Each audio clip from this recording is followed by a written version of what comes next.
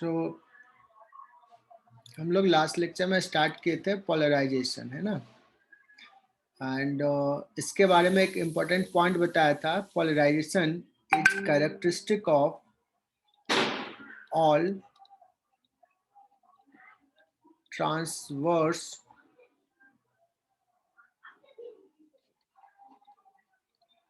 Wave, है ना। सिर्फ ट्रांसवर्स वेव में ही पोलराइजेशन होगा, that means EM wave, light EM wave shows polarization.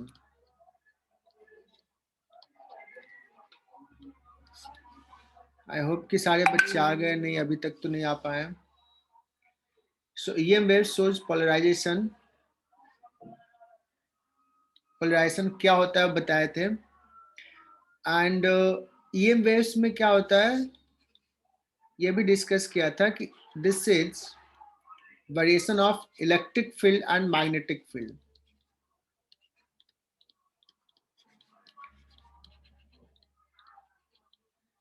And ये बहुत बार बता चुका हूँ, इलेक्ट्रिक फील्ड अगर सपोज वाई डायरेक्शन में है variation, and magnetic field Z direction में वेरी कर रहा है, तो wave propagate in the direction of x axis, है ना। और ये EM वेव्स करके एक चैप्टर पढ़ाएंगे, वहां पे फिर से मैं बताऊंगा, एक बार पहले भी बता चुका हूं, क्योंकि ये इंपॉर्टेंट है, ध्यान देना है। इनफैक्ट V का जो डायरेक्शन होगा, direction of V is given by E cross B। So E, B and V तीनों म्यूचुअली परपेंडिकुलर होता है ना। सो देखो प्रोपगेशंस का डायरेक्शन ये है, इलेक्ट्रिक फील्ड का वेरिएशंस परपेंडिकुलर है, that's why this is called transverse wave, है ना। अब इसमें हम लोग कहे थे कि जिस डायरेक्शन में फ्लक्चुएशन है उसको हम बोलेंगे axis of variation, axis of the wave. तो वो कौन सा है, इलेक्ट्रिक फील्ड वाला डायरेक्शन ले या मैग्नेटिक फील्ड वाला। सो इलेक्ट्रिक फील्ड के वेरिएशंस को हम लोग बोलते हैं polarization axis of the wave. Polarization axis of wave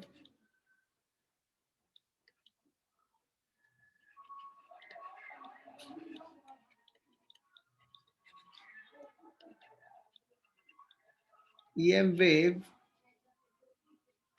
is taken as direction of variation of electric field। कहोगे क्यों इसको एक्सिस लिया, मैग्नेटिक फील्ड वाले डायरेक्शंस को एक्सिस क्यों नहीं लिया। बिकॉज जो मोस्ट ऑफ द डिटेक्टर्स होते हैं, because most of detectors responds to electric field. मतलब कहीं EM वेव्स पास कर रहा है, तो EM वेव से मतलब वहां पे इलेक्ट्रिक फील्ड का वेरिएशन हो रहा है, तो इलेक्ट्रिक फील्ड को रेस्पॉन्ड करता है। जैसे इलेक्ट्रॉन्स है मटेरियल में, इलेक्ट्रॉन्स इलेक्ट्रिक फील्ड के डायरेक्शंस में मूव करेगा, एक्सलेट करेगा, तो हमें पता चलता है हाँ इस डायरेक्शन में electric field, that means EM waves present है।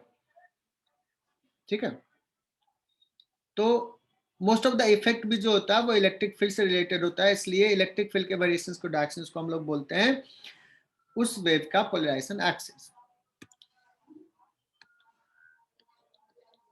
सो अभी तक बच्चे बढ़े नहीं हैं।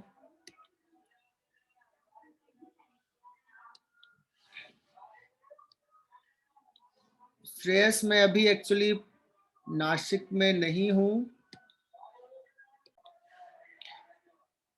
तो अभी तो हमें इसी पे पढ़ना पड़ेगा, टैब पे।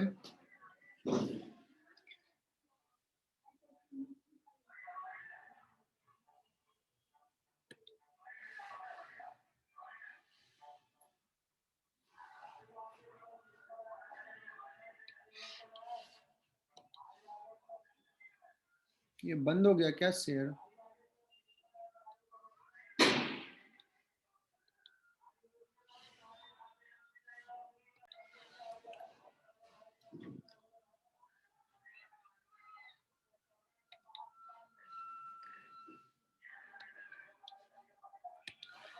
सो हम लोगों ने डिस्कस किया था पोलराइज्ड लीनियरली पोलराइज्ड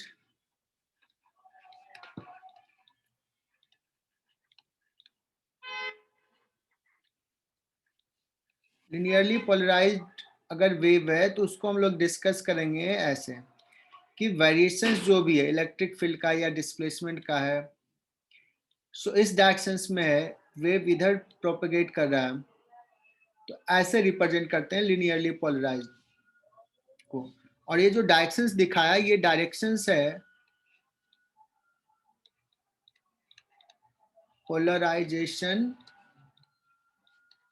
एक्सिस, या इसी को बोलते हैं ट्रांसमिशन एक्सिस, मतलब पोलराइड्स के लिए ट्रांसमिशन एक्सिस बोलूंगा मैं। सो ये पोलराइजेशन एक्सिस है। लेकिन अगर इलेक्ट्रिक फील्ड का वेरिएशंस एक डायरेक्शंस में कन्फाइंड नहीं हो, कंटिन्यूसली चेंज करे, एक प्लेन में हो, तो उस टाइप के लाइट को बोलेंगे अनपोलराइज्ड लाइट या unpolarised wave. So how we will represent this? So इसका वेरिएशंस इधर भी हो सकता है, कभी इधर भी हो सकता है, कभी इधर भी हो सकता है, तो ये अनपोलराइज्ड वेव को रिप्रेजेंट करते हैं। दैट मीन्स इलेक्ट्रिक फील्ड का वेरिएशंस का डायरेक्शंस कंटिन्यूअसली चेंज हो रहा है, तो मैग्नेटिक फील्ड का भी कंटिन्यूअसली चेंज होगा और हमेशा परपेंडिकुलर होगा। ओके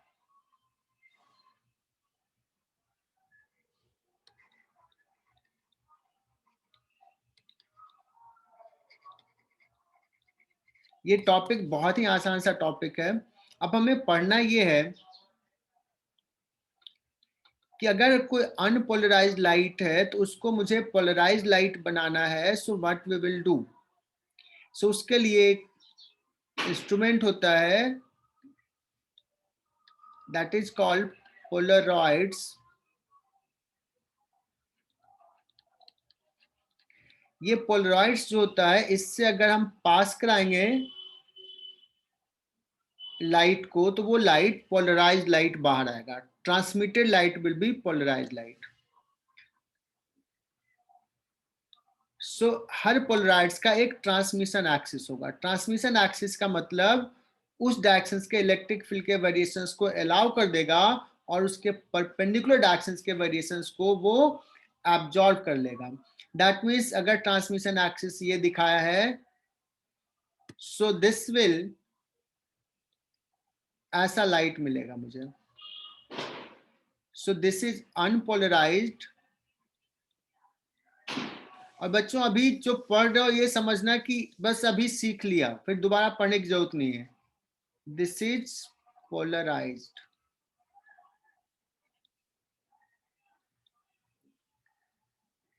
अगर सपोज इसका इंटेंसिटी आई नॉट है तो इसका इंटेंसिटी क्या होगा?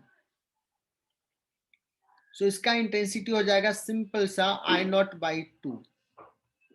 और इसको मैं अभी प्रूफ करके बताऊंगा why it will be I naught by 2। इससे पहले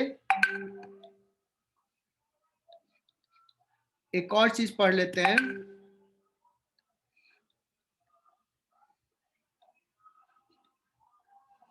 सपोज एक पोलराइड्स है और उस पोलराइड्स से हम एक पोलराइज लाइट को ही पास कराया,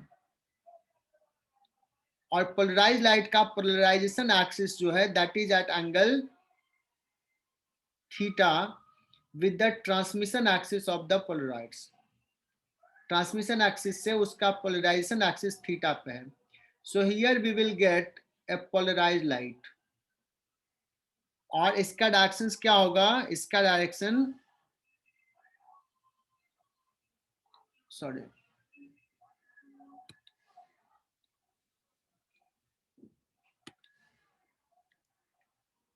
ट्रांसमिशन एक्सिस के अलॉन्ग ही होगा इसका direction. And what will be the intensity, अगर इंटेंसिटी इसका आई नॉट है तो इसका intensity I is equal to आएगा, बहुत ही इंपॉर्टेंट लॉ, बहुत इजी चैप्टर है ये, I naught cos square theta. Last lecture में हमने थोड़ा सा इसके बारे में बताया था, why it will come out like this, and this is called, चूंकि ये लॉ जो आया था, लॉ में बोल रहा हूं because first time Brewster sorry Malus नाम के एक साइंटिस्ट थे, उन्होंने ये दिया था, that's why this is called Malus law.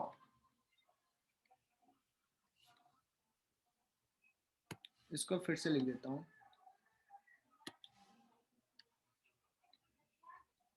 MALUS मॉलस law.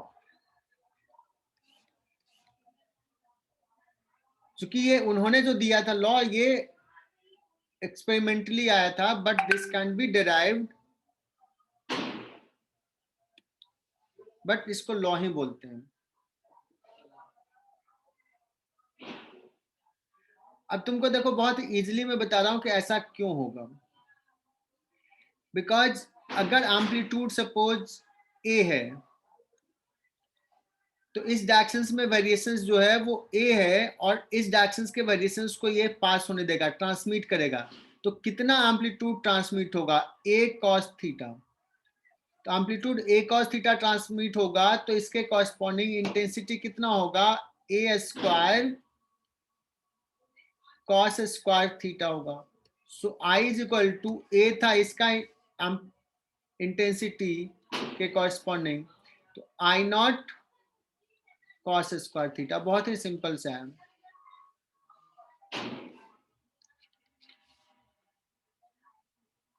तो बच्चों ये बहुत ही छोटा सा लॉ है, ये सबको याद हो जाना चाहिए, अभी दोबारा पढ़ने की जरूरत नहीं है। फिर कहोगे सर ये आई नॉट बाई टू यहाँ पे क्यों हुआ, because in this case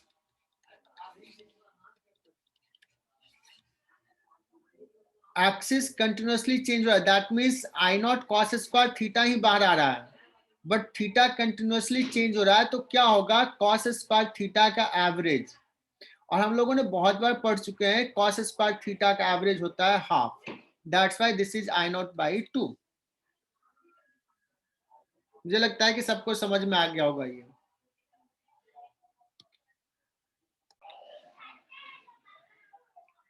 so एक सवाल लेते हैं,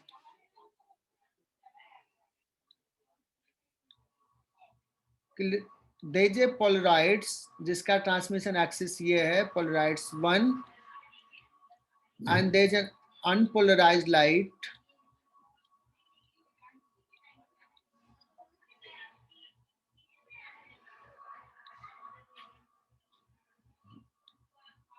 there is another polarides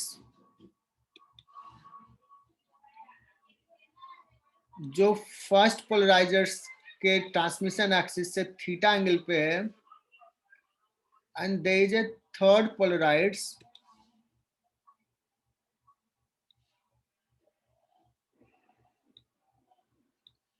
जिसका ट्रांसमिशन एक्सिस पहले वाले के परपेंडिकुलर है, सेकेंड एंड ये थर्ड पोलराइड्स, तीन पोलराइड्स हैं। इसका इंटेंसिटी आई नॉट है, और यहाँ पे जो लाइट फाइनली बाहर आएगा इसका किस डायरेक्शंस में पोलराइजिंग एक्सिस होगा, सो यू कैन गेस इसका पोलराइजेशन एक्सिस का डायरेक्शन ये होगा। सो व्हाट इज आई, ये लिखना है, देयर आर थ्री पोलराइड्स। और बच्चों अभी जो हम लोग पोलराइड्स की बात कर रहे हैं इसको कहते हैं आइडियल पोलराइड्स। आइडियल पोलराइड्स क्या होगा, इस डायरेक्शंस के सारे वेव को क्रॉस कर देगा 100%, और इसके परपेंडिकुलर को 100% एब्जॉर्ब कर लेगा। आइडियल की बात करते हैं, बट प्रैक्टिकली 100% ट्रांसमिट नहीं करेगा, इस डायरेक्शंस का भी कुछ एब्जॉर्ब कर लेगा, एंड परपेंडिकुलर वाला 100% एब्जॉर्ब नहीं करेगा, कुछ 10-5% ट्रांसमिट करेगा। आइडियल की बात करूं तो, सॉरी प्रैक्टिकल की बात करूं तो प्रैक्टिकली ऐसा होता है। बट हम लोग अभी डिस्कस करेंगे ideal polaroids. So you will say, चलो हम लोग लिखते हैं, यहां पे जो पास होगा इसका ट्रांसमिशन एक्सिस बच्चों ऐसा होगा, और इसका इंटेंसिटी जो होगा सिंपली I0/2 हमने पढ़ा दिया है. देन यहां से जो पास हुआ, अब देखो I0/2 इसका पोलराइजेशन एक्सिस और इसका ट्रांसमिशन एक्सिस के बीच का एंगल थीटा है. सो इस डायरेक्शन में ही ट्रांसमिटेड वेव का पोलराइजिंग एक्सिस हो जाएगा जो पोलराइड्स का एक्सिस है, और इसका इंटेंसिटी हो जाएगा I0/2 cos square theta. Sir हाँ बोलो. सर वो I0/2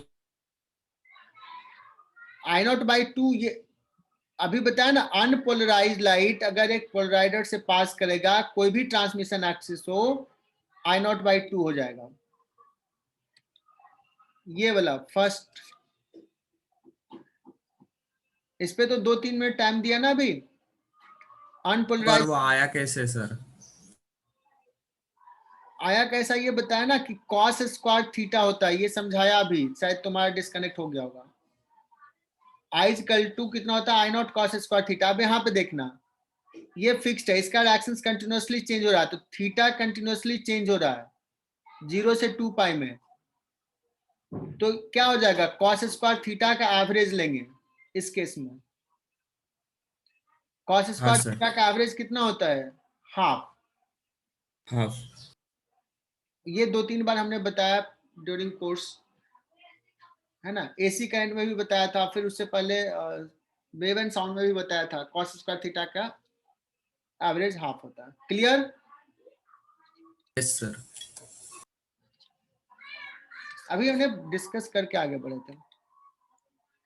चलो, तो ये I0/2 हो गया. अब अनपोलराइज लाइट एक पोलराइडर से पास किया पोलराइड से, तो ऐसा होगा I0 cos square theta. And this, इस केस में क्या हो जाएगा, I0/2 cos square theta into इसके और इसके बीच में कितना एंगल है, इसके बीच में 90 माइनस थीटा है, इसलिए sine square theta. Cos square 90 minus theta, तो डायरेक्टली लिख देता हूं,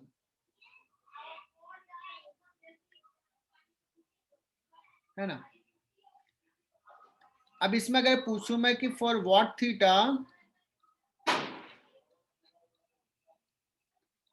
I will be maximum,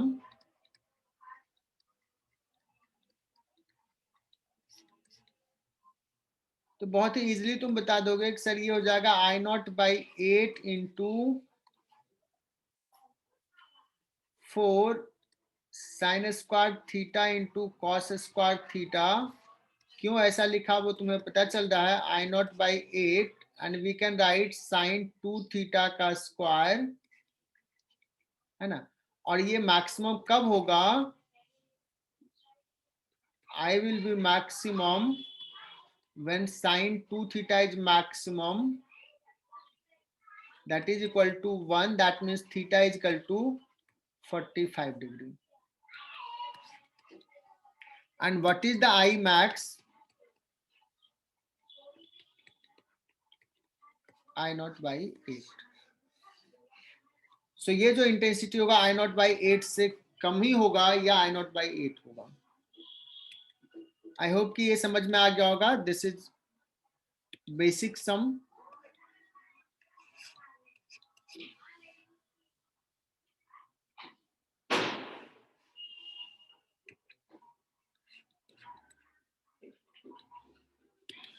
और इसमें अगर मैं कहूं कि इफ second polarides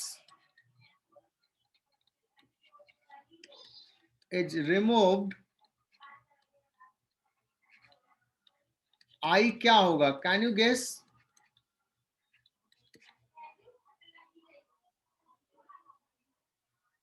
अगर सेकंड पोलराइड्स को हटा दिया तो I 0 हो जाएगा.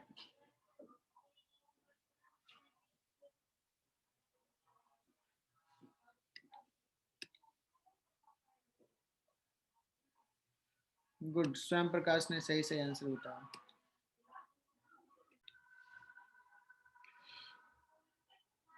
तो सवाल मैंने क्या दिया वो बोल देता हूं फिर से। दो बीम है जिसका पोलराइजिंग एक्सिस म्यूचुअली परपेंडिकुलर है, two polarized beam A and B whose polarizing axis is perpendicular seen through a polaroids.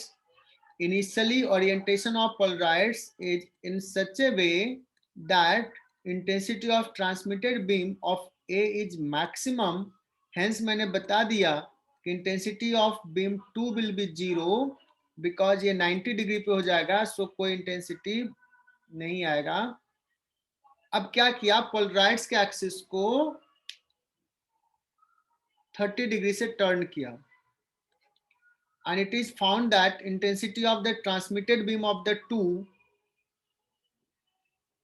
क्या हुआ, इक्वल हुआ। सो बताओ कि इंसिडेंट बीम का रेशियो क्या होगा। देखते हैं कितने बच्चे सॉल्व कर पाते हैं।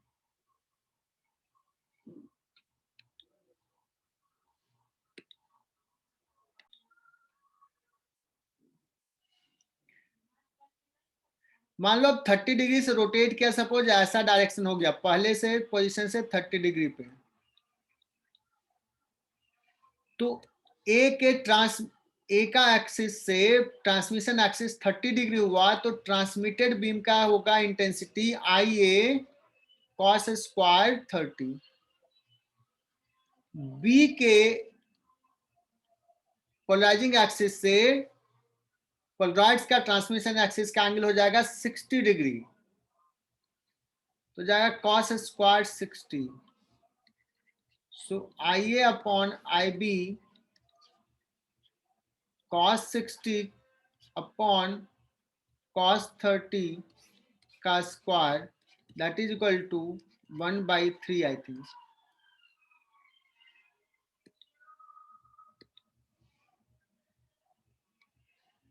सो धनंजय, ऋतुजीत, किरण, स्वयं प्रकाश मुझे लगता है तूने उल्टा लिख दिया क्या। हाँ सर, वो गलती से थोड़ा। ठीक है चलो, 1/3। ये जेई मेन का पूछा हुआ सवाल है, जेई मेन 2000 आई थिंक 15 का पूछा हुआ शायद। सर एक और बार बताओ ना। ठीक है,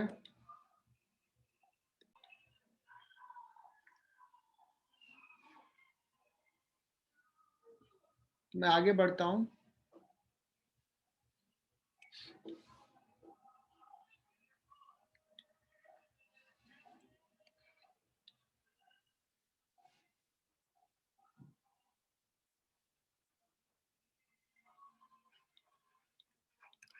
ये बड़ा इंपॉर्टेंट लॉ डिस्कस करने वाला हूं, पहला तो हो ही गया, ये भी बहुत है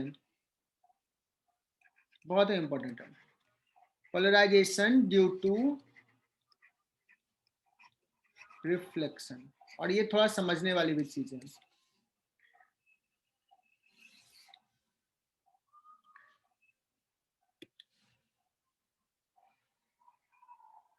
एक अनपोलराइज्ड लाइट इंसिडेंट हुआ है एक सरफेस पे, इंटरफेस पे, दो मीडियम का इंटरफेस पे, ये μ1 ये μ2, देन कुछ लाइट वेव रिफ्लेक्ट होगा और कुछ लाइट वेव ट्रांसमिट होगा, रिफ्रैक्ट होगा।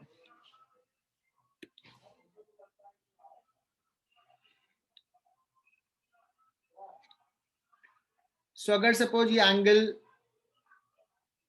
इंसिडेंट एंगल आई है, ये रिफ्रैक्टेड एंगल भी आई हो, रिफ्लेक्टेड एंगल भी आई हो जाएगा, और ये एंगल ऑफ रिफ्रैक्शन आर हो जाएगा। अब मैं कह रहा हूं एक यहां पे होगा plane of incidence. Plane of incidence में बोलूंगा किसको, पहले ये समझ लो, प्लेन ऑफ इंसिडेंस।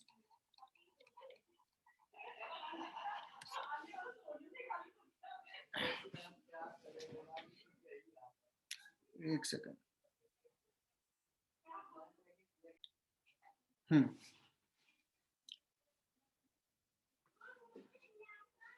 सो हम लोग डिस्कस कर रहे थे प्लेन ऑफ इंसिडेंस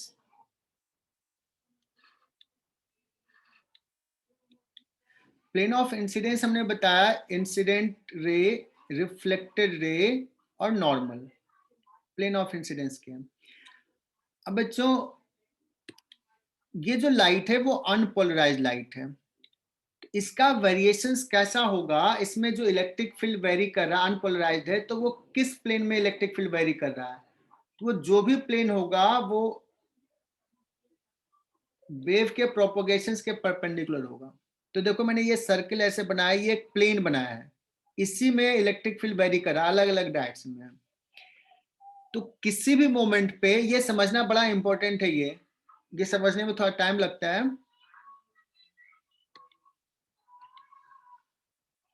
किसी भी मोमेंट पे इलेक्ट्रिक फील्ड जो है उसका दो कंपोनेंट लेते हैं, एक कंपोनेंट जो प्लेन ऑफ इंसिडेंस है ना उसके परपेंडिकुलर लेते हैं, one component plane of incidence, मतलब जो तुम्हें प्लेन दिख रहा है ये बोर्ड का प्लेन है उससे परपेंडिकुलर एक कंपोनेंट लेते हैं, ठीक है, और एक कंपोनेंट ये प्लेन में लेते हैं। देखो दो कंपोनेंट, जो भी इलेक्ट्रिक फील्ड होगा इस सर्कुलर सर्कल से जो हमने प्लेन दिखाया है, इस प्लेन मतलब ये रेड लाइट जो भी दिखाया है रे के प्रोपगेशन के परपेंडिकुलर डायरेक्शन में इलेक्ट्रिक फील्ड वेरी कर रहा है। तो उस इलेक्ट्रिक फील्ड को दो कंपोनेंट में ब्रेक किया, दो नॉर्मल कंपोनेंट में। एक देखो अभी मैं ग्रीन डॉट से दिखा रहा हूं, शायद ग्रीन डॉट दिखेगा क्या, हाँ ये डॉट दिखा रहा हूं, मतलब ये इंसिडेंस प्लेन ऑफ इंसिडेंस के परपेंडिकुलर और एक प्लेन में, जितने भी इलेक्ट्रिक फील्ड है उसको ये दो कंपोनेंट में बांट दिया। अभी ये दोनों कंपोनेंट में अगर कहेंगे net electric field long time में देखेंगे तो दोनों के डायरेक्शन में इक्वल इक्वल होगा, बिकॉज रैंडम ओरिएंटेशन है, दो परपेंडिकुलर डायरेक्शन में ब्रेक किया है ना। अब यहां रिफ्लेक्ट होगा, जो रिफ्लेक्टेड लाइट होता है ना, रिफ्लेक्टेड लाइट में जो नॉर्मल वाला कंपोनेंट है, जो प्लेन के नॉर्मल वाला, वो ज्यादा रिफ्लेक्ट होता है। सो electric field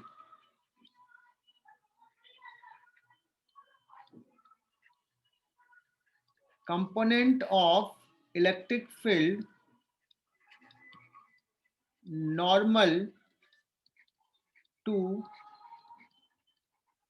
plane of incidence reflects strongly।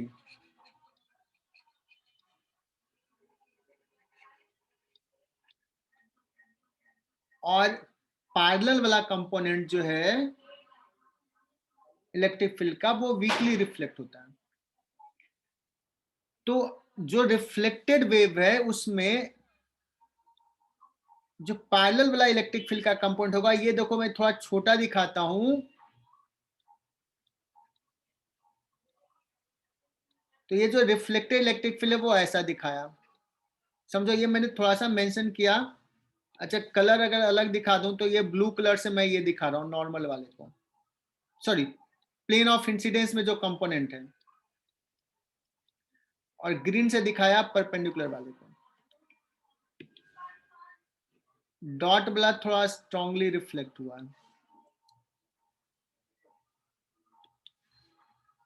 है ना। अब इसमें डिस्कस करें तो ये डॉट वाला थोड़ा छोटा होगा, मतलब ये कम रहेगा, क्योंकि डॉट वाला मोस्टली रिफ्लेक्ट हुआ है, डॉट वाला लेकिन कुछ तो स्ट्रांगली कहा है, मतलब ये नहीं कि 100%, और प्लेन वाला ज्यादा रहेगा।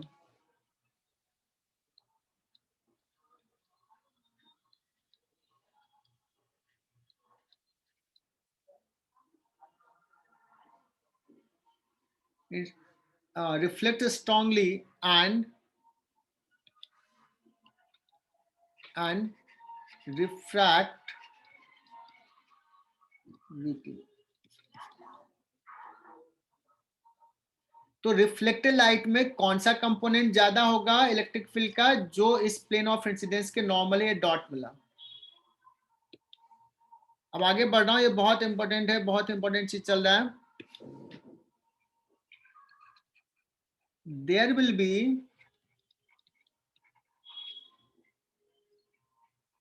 a certain angle of incidence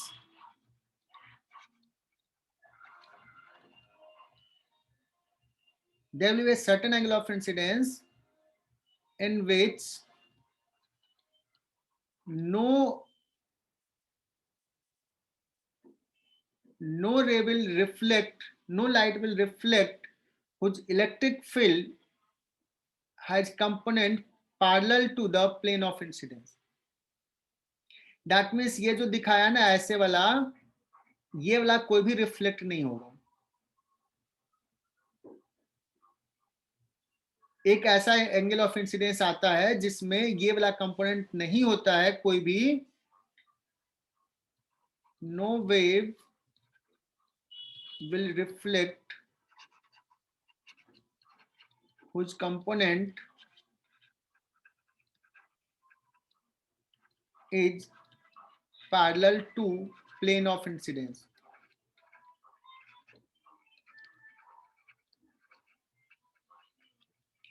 So for that particular angle जो रिफ्लेक्टेड वेव होगा उसमें सिर्फ ये डॉट वाला रहेगा, मतलब perpendicular to the plane of incidence वाला कंपोनेंट रहेगा. That means that will be polarised light, completely polarized light. तो मैं अब दूसरे पेज पे जा रहा हूं, जाऊं क्या सर? एक मिनट सर. ठीक है, ये लिख लो. सो मैंने डिस्कस किया अभी कि there will be a angle of incidence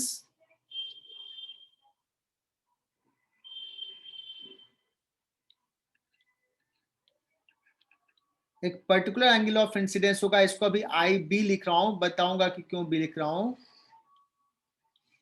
जिसके लिए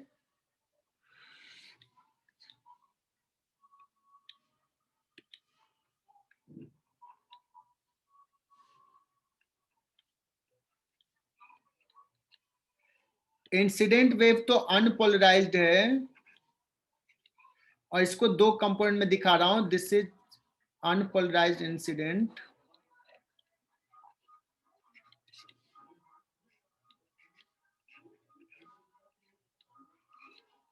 तुम लोग भी डायग्राम साथ साथ ड्रॉ करो, है ना. ये भी है, लेकिन जो रिफ्लेक्टेड वेव होगा वो कंप्लीटली पोलराइज्ड होगा और उसका पोलराइजेशन एक्सिस किधर होगा. Polarization axis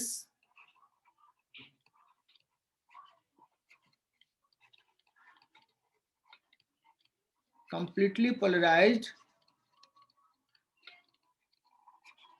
polarization axis is perpendicular to plane of polarization. sorry perpendicular to plane of incidence. मैं कुछ सोच रहा था, कुछ भी लिख दिया.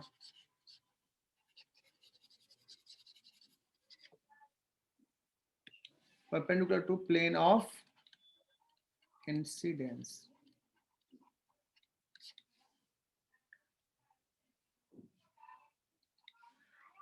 And what about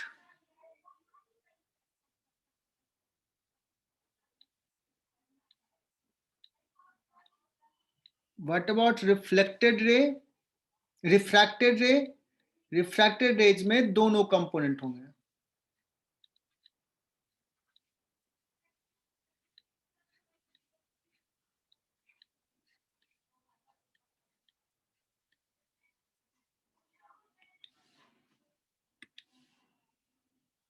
इसमें देखो जो डॉट दे रहा हूं ना, ये थोड़ा छोटा दे रहा हूं, कम इंटेंसिटी का डॉट है. इसमें ज्यादा इंटेंसिटी का,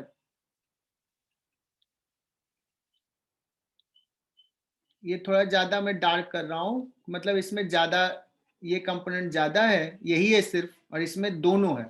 तो इसको बोलते हैं पार्शियली पोलराइज्ड.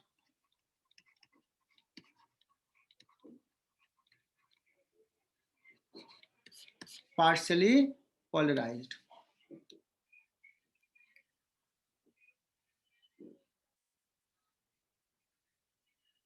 अब मान लो इंटेंसिटी आई नॉट का आया है, सो आई रिफ्लेक्टेड, आई आर एफ लिख लेता हूं, रिफ्लेक्टेड, आर एफ लिखेंगे तो दोनों तो रिफ्रैक्टेड रिफ्लेक्टेड हो जाएगा। इंटेंसिटी ऑफ रिफ्लेक्टेड, क्या गेस कर सकते हो कि ये less than I naught by 2 होगा या greater than I naught by 2 होगा?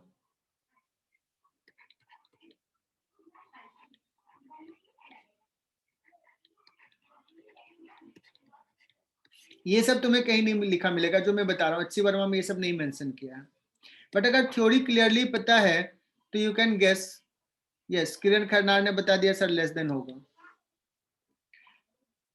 बिकॉज देखो यहां पे देखोगे तो चूंकि अनपोलराइज्ड है तो दोनों कंपोनेंट दोनों डायरेक्शंस में इक्वल इक्वल इंटेंसिटी का है, इधर सिर्फ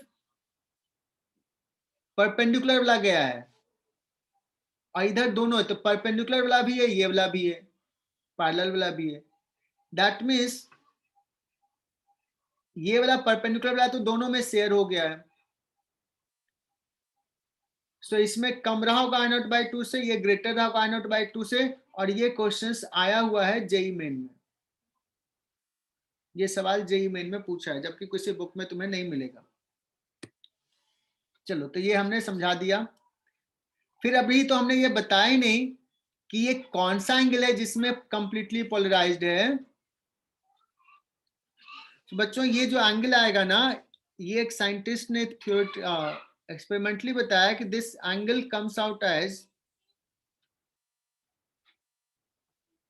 ये कब कंप्लीटली पोलराइज्ड होगा, व्हेन सुनना, reflected ray and refracted ray are perpendicular. So वो angle I B will be such that कि जब रिफ्लेक्टेड रे और रिफ्रैक्टेड रे परपेंडिकुलर हो, इन दैट केस ये सिचुएशन होगा, दैट मीन्स बच्चों ये 90 डिग्री हो गया, दैट मीन्स आई बी और प्लस आर कितना हो जाएगा 90 degree, that means are is equal to 90 minus I B.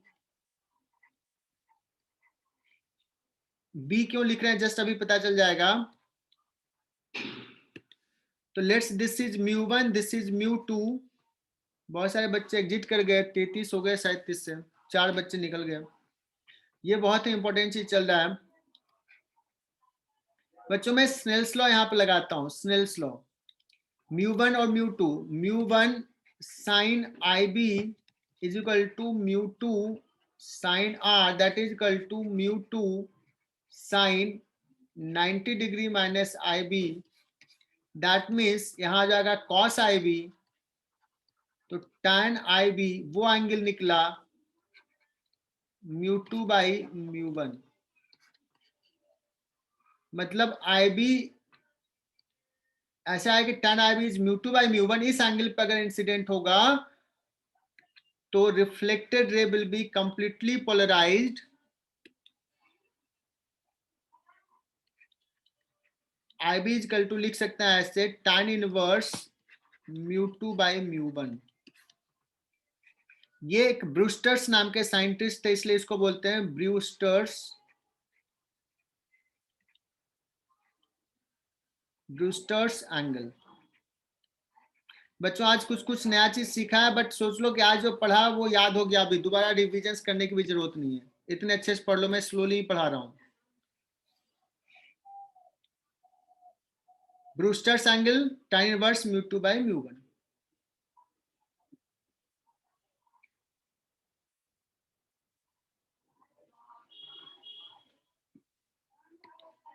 चलो एक बच्चा और बढ़ाओ,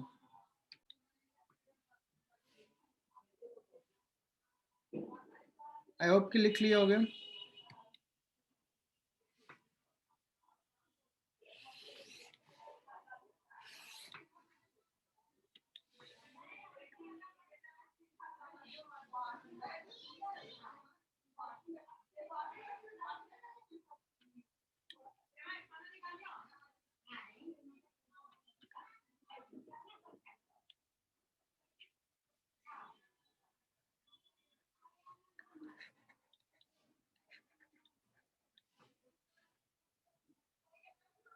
तो बताना थीटा सी कब होता है कि सारा लाइट रेज रिफ्लेक्ट हो। साइन थीटा सी क्या होता है?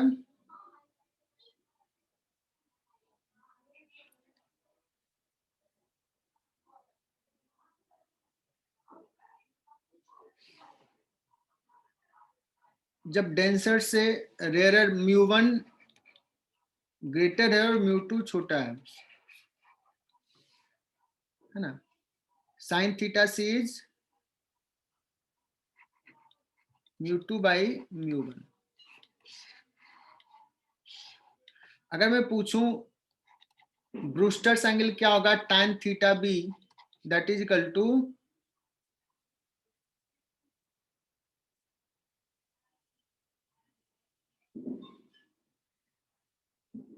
यही है ना, μ2 बाई μ1।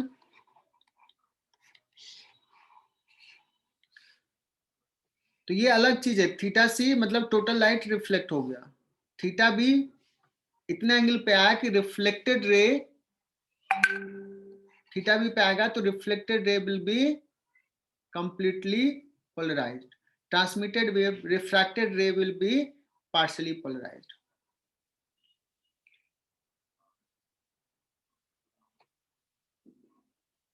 ठीक है। अच्छा, कोई केस ऐसा हो सकता है क्या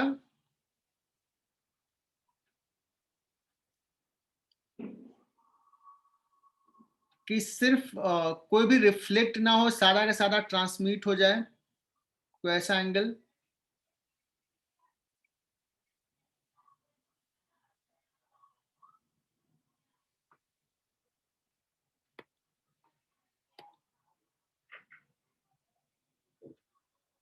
श्रेयस बताया सर आवाज अटक रही है।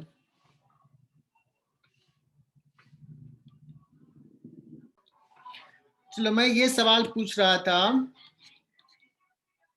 कि क्या कोई ऐसा केस होगा जहां पे ऑल रेज, जितना एनर्जी इंसिडेंट हुआ, ऑल रेज विल रिफ्रैक्ट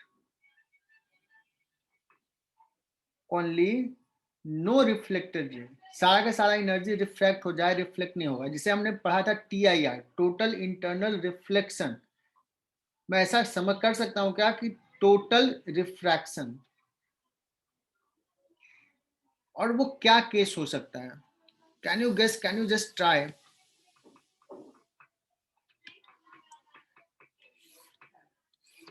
अच्छा, अगर एक ब्रूस्टर्स एंगल पे इंसिडेंट हुआ है एक रेज, और ये कैसा है, ये पोलराइज्ड रेज है,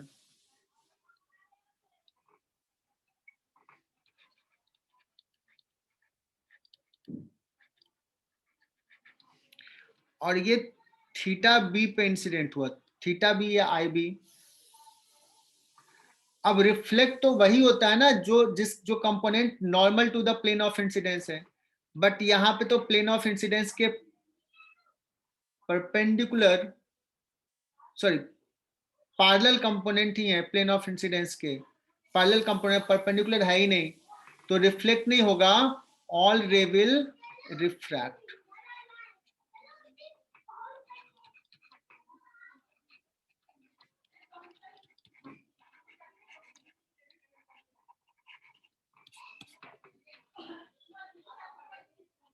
all ray will refract.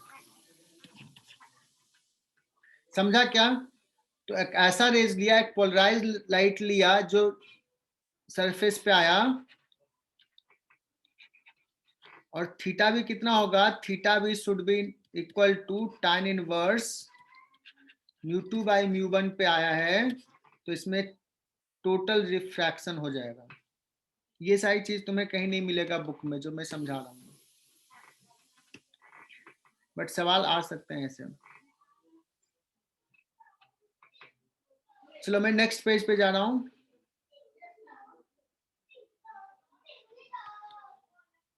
Sir 1 minute.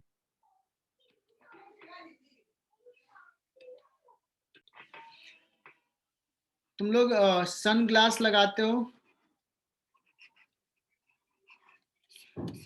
बाहर धूप में निकलते हो, सन ग्लास लगाते हो, एग्जैक्टली इसमें क्या होता है, पोलराइड्स होता है। सनग्लास में, कैमरा में पोलराइड्स होते हैं, है ना। कभी कभी तुम देखे होगे कि जैसे लेक है और तुम देखते हो यहाँ से, तो तुम्हें कभी कभी बहुत चमकता है, ग्लेयरिंग इफेक्ट आता है, इट ग्लेयर्स। मतलब जो रिफ्लेक्टेड लाइट है ना, बहुत ज्यादा इंटेंसिटी का आता है, तुम्हें मतलब कंफर्टेबल नहीं रहते हो देखने में। लेकिन अगर तुम ये ग्लास, सन ग्लास लगा के देखते हो तो बहुत इजी दिखता है, मुझे उतना इंटेंसिटी नहीं दिखता है, ग्लेयरिंग इफेक्ट नहीं आता। तो होता क्या है बताता हूँ। अगर कोई साइन रेज इंसिडेंट हुआ यहाँ पे और ये रिफ्लेक्ट हुआ, बच्चों जो रिफ्लेक्ट होता है लाइट, उसमें कौन सा कंपोनेंट, ये देखो ये जो प्लेन है incidence, plane of incidence vertical है, और कौन सा प्लेन है तुम्हें दिख रहा है, वर्टिकल प्लेन में प्लेन ऑफ इंसिडेंस है। तो जो रिफ्लेक्टेड वेव है जो तुम्हारे पास पहुंच रहा है, उसमें वो पोलराइजिंग एक्सिस जो है वो कौन सा होगा। ये कंप्लीटली पोलराइज नहीं, किसी भी एंगल पे आ रहा है मान लिया, तो उसमें सबसे ज्यादा जो लाइट वेव है उसका कंपोनेंट ये होगा। कौन सा हॉरिजॉन्टल कंपोनेंट होगा, पोलराइजिंग कंपोनेंट। ट्रांस इस ये वाला ज्यादा रहेगा, ये वाला भी रहेगा लेकिन ये कम रहेगा। अगर हमने चश्मा लगा लिया, ये जो सनग्लास तूने लगाया, और सनग्लास का ट्रांसमिशन एक्सिस क्या हो, ये हॉरिजॉन्टल नहीं हो करके ट्रांसमिशन एक्सिस वर्टिकल हो। अगर ट्रांसमिशन एक्सिस वर्टिकल है तो इसके तो नॉर्मल हो गया, कौन से, ये डॉट जो दिखाया। दैट मीन्स तुम्हें अब जो एनर्जी मिलेगा, जो ट्रांसमिटेड एनर्जी होगा वो बहुत कम होगा, बिकॉज ये इस कंपोनेंट को, जो डॉट वाला कंपोनेंट है, उसको नलीफाई कर देगा, उसको नहीं जाने देगा। सो ग्लेयरिंग इफेक्ट वैनिश हो जाएगा, नहीं रहेगा। इसलिए धूप में निकलते हो तो ये चश्मा लगाते हो। और ऐसे भी ग्लास से पास कर कुछ एनर्जी तो ऐसे भी एब्जॉर्ब करता है, बट ये बहुत ही ज्यादा एब्जॉर्ब करेगा इस इफेक्ट को। समझा क्या।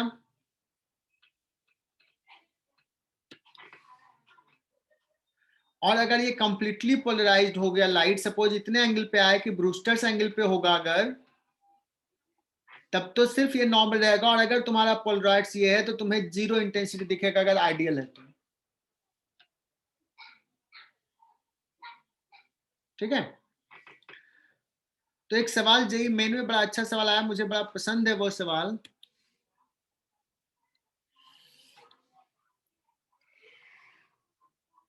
अब ये सवाल करना है, ये 2014 का सवाल है शायद, जेई मेन 2014।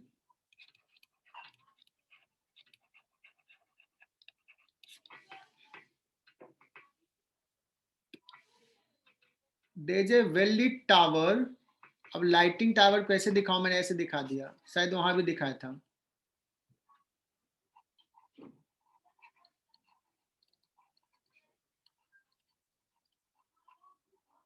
मतलब एक सोचो कि मरकरी ट्यूब है, ये पूरा टावर लाइटेड है और ये अनपोलराइज्ड वेव इमिट कर रहा है। और ये एक बच्चा है जो अपने छत पे खड़ा है, जिसकी हाइट है 10 metre,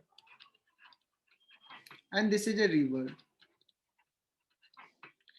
and it has width, let's शायद जो दिया है डेटा वही दे रहा हूँ, 100 मीटर। वाटर का रिफ्रैक्टिव इंडेक्स दिया mu W is let's 4/3।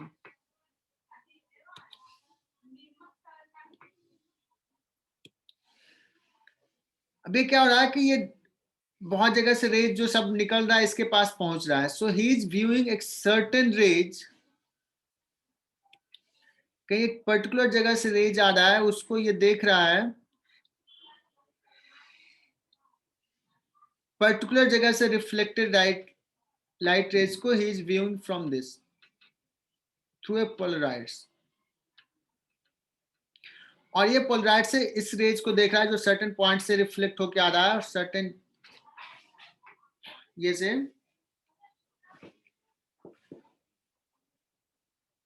Certain point से जो रिफ्लेक्ट होकर लाइट रेज यहां पहुंच रहा है, उसको एक पोलराइड से देख रहा है, और वो पोलराइड्स को घुमाते गया और एक पोजीशन पोलराइड्स का मिला जहां पे इसको इंटेंसिटी 0 दिखा। मतलब एक सर्टेन पॉइंट से रिफ्लेक्टेड रेज को ये देख रहा है और उस पर्टिकुलर रिफ्लेक्टेड रेज का एक सर्टेन ओरिएंटेशन पोलराइड में 0 इंटेंसिटी दिखा। इसका मतलब तुम क्या कहोगे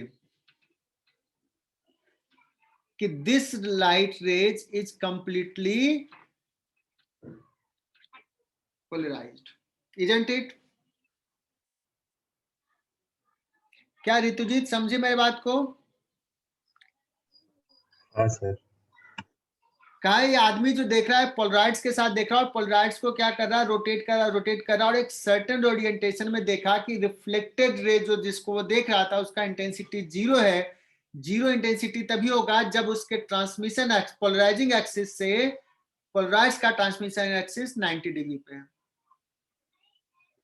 तो कह रहा है कि वो एग्जैक्टली किस पॉइंट से रिफ्लेक्टेड रे को देख रहा था, व्हाट इज एक्स। तुम कहोगे कि सर्टेनली वो पॉइंट होगा जहां पे एंगल ऑफ इंसिडेंस जो है वो थीटा बी रहा होगा, एंगल ऑफ रिफ्लेक्शन भी थीटा बी रहा होगा। सो टाइम थीटा बी कितना होगा?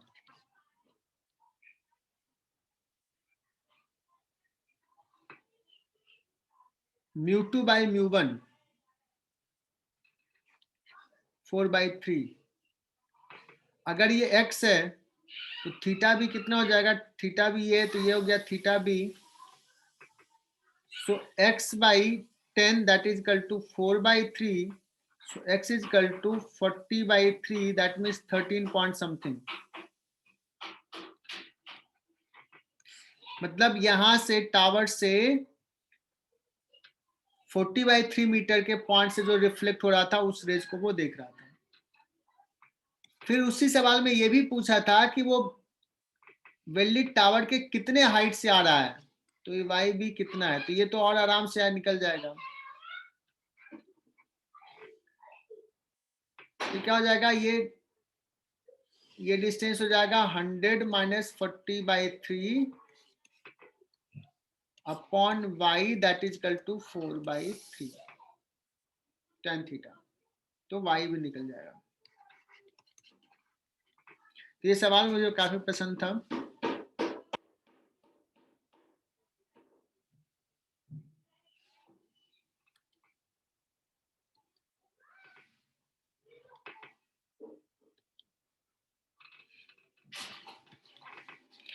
तो ऐसे और भी सवाल होगा, इसके सवाल हो जाएंगे।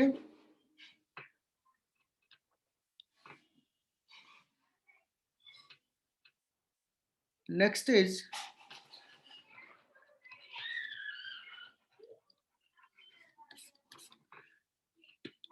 अब यहाँ पे मुझे पढ़ाना है पोलराइजेशन ड्यू टू स्कैटरिंग। तो पहले स्कैटरिंग भी बता देता हूं।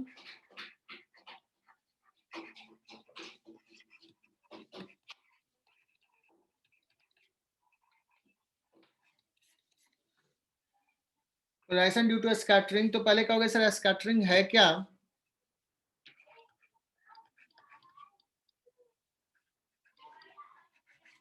Scattering is different phenomena.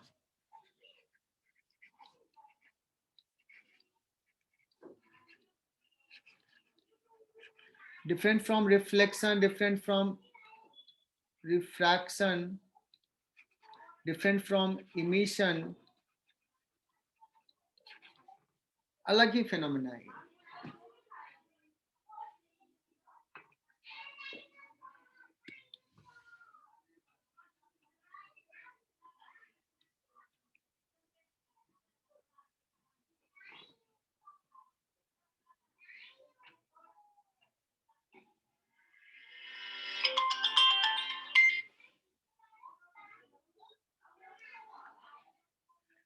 Actually scattering के बहुत सारे इफेक्ट तुम लोग कॉमन लाइफ में देखते हो, बट शायद अभी तक कुछ लोगों को पता होगा, कुछ लोगों को नहीं पता होगा। Because of scattering we are able to see the space. जो रूम का स्पेस है तुम्हें विजिबल है, है ना, हमें ये एटमॉस्फेयर दिखता है because of the scattering, because sun से जो लाइट रे जा रहा है, and this is earth, earth के एटमॉस्फेयर में जो मॉलिक्यूल्स है, एयर मॉलिक्यूल्स, डस्ट पार्टिकल्स, ये सारे क्या करते हैं, लाइट को स्कैटर्ड कर देते हैं, and it scatters lights in all direction. So you see this scattered lights, that's why तुम्हें ये एटमॉस्फेयर दिखता है. अगर कहा जाए कि तुम अपने रूम में क्या हो जाओ, बंद हो जाओ, और रूम का सारे एयर बाहर निकाल लिया जाए, वैक्यूम बना दिया जाए, तुम्हें ऑक्सीजन मास्क लगा दिया जाएगा, और यहाँ पे बहुत सारे लाइट बल्ब जला दिया गया, इन दैट केस तुम्हें स्पेस नहीं विजिबल होगा, तुम्हें लाइट बल्ब दिखेगा, तुम्हें वॉल दिखेगा, but the whole space looks dark. जैसे तुम कभी मूवी में देखते हो, हॉलीवुड मूवी में, कि मून पे गया या स्पेस में है, तो स्पेस लुक्स डार्क, है ना. सो ये जो पार्टिकल्स है ना, वो स्कैटर्ड करता है. तो स्कैटरिंग इज नॉट रिफ्लेक्शन. कोई सोचेगा कि सर ये पार्टिकल पे आया और रेज रिफ्लेक्ट हो गया, नहीं, इट इज नॉट इमिशन. ये एब्जॉर्ब भी नहीं करता, ये स्कैटर्ड कर देता है हर डायरेक्शन में. और कौन सा लाइट ज्यादा स्कैटर्ड होता है, कुछ बच्चों को पता होता है?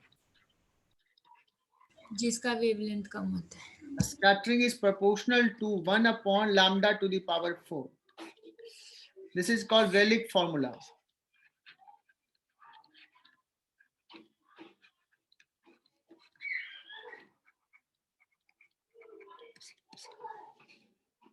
है ना. तो इस फॉर्मूला से आएगा. सो यहां से देखोगे लैम्डा पे बहुत ज्यादा डिपेंड करता है. सो जिसका लैम्डा छोटा वो ज्यादा स्कैटर्ड होगा. That means violet light, that means blue light,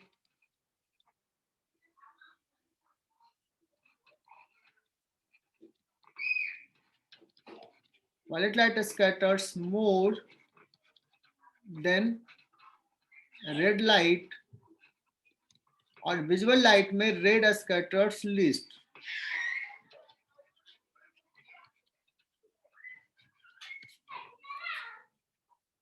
that's why red सबसे कम स्कैटर्ड होता है. That's why red light is used as a signal.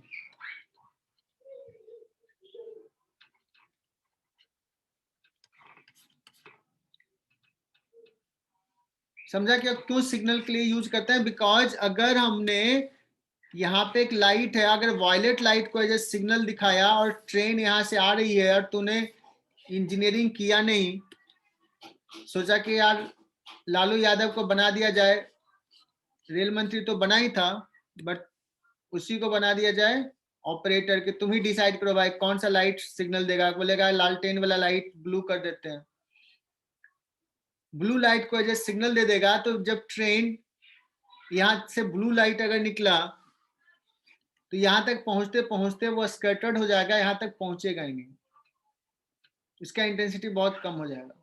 सो वो दिखेगा नहीं कि हाँ कहीं से तो सिग्नल भी आ रहा है. रेड लाइट इसलिए यूज करता है कि बहुत दूर तक जाएगा, स्कैटर नहीं होगा, तो इंटेंसिटी बराबर रहेगी और दिख जाएगी. समझा क्या? हाँ सर. और दैट्स व्हाई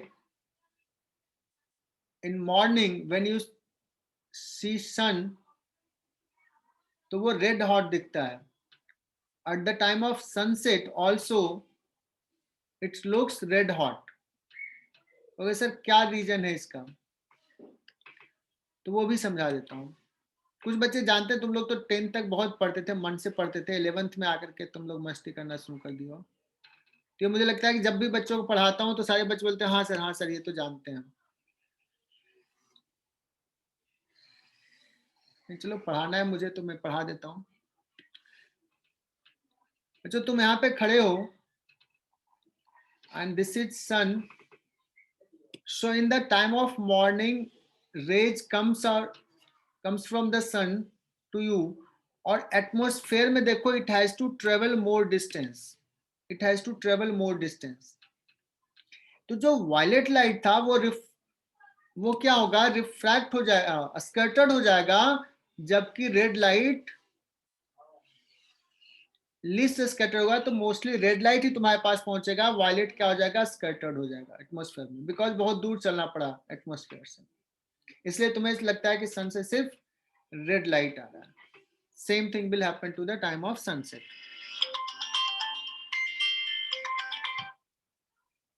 है ना। एंड एक सेकेंड रुकना। सो ये सन रेड हॉट दिखता है, एंड देन अगर मान लो दोपहर में देखोगे तो क्या होगा कि इसको कम डिस्टेंस चलना होगा, तो सारे लाइट रे पहुंच रहा है तुम्हारे पास सफिशिएंट अमाउंट में, इसलिए तुम्हें व्हाइट दिखता है सनरेज, है ना। ठीक है, तो उस केस में व्हाइट दिखता है। दूसरा, वाई स्काई लुक्स ब्लू। जब ये क्लियर स्काई होता है तो स्काई लुक्स ब्लू बिकॉज जो रेज सन से आ रहा है तो सबसे ज्यादा स्कर्टर्ड कौन सा रेज हुआ है, ब्लू रेज, वायलेट रेज सबसे ज्यादा स्कैटर हुआ है। तो स्काई से मतलब जो आते दिखेगा वो तो ब्लू रेज ज्यादा दिखेगा, that's why sky looks blue. ये सारे कॉन्सेप्ट जानते हो। अब मुझे जो पढ़ाना है, मैं स्कैटरिंग भी पढ़ा दिया, बस 2 मिनट में छोड़ दूंगा। वो मुझे पढ़ाना है scattering due to, sorry, polarisation due to scattering.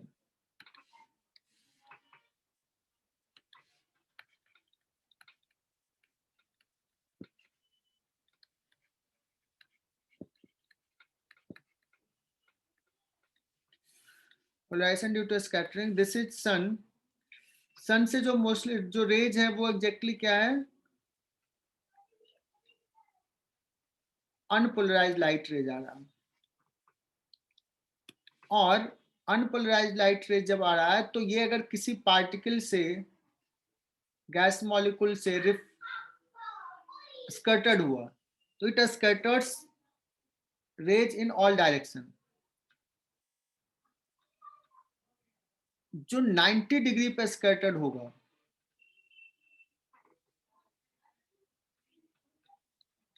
जो 90 डिग्री पे स्कैटर्ड होगा वो सिर्फ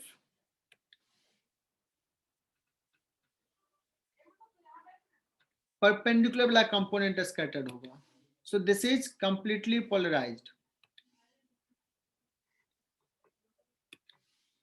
देखो डॉट लाइन दिखा रहा हूं,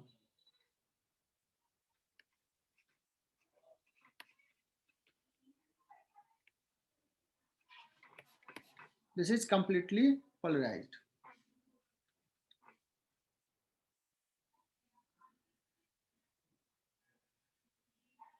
ठीक है,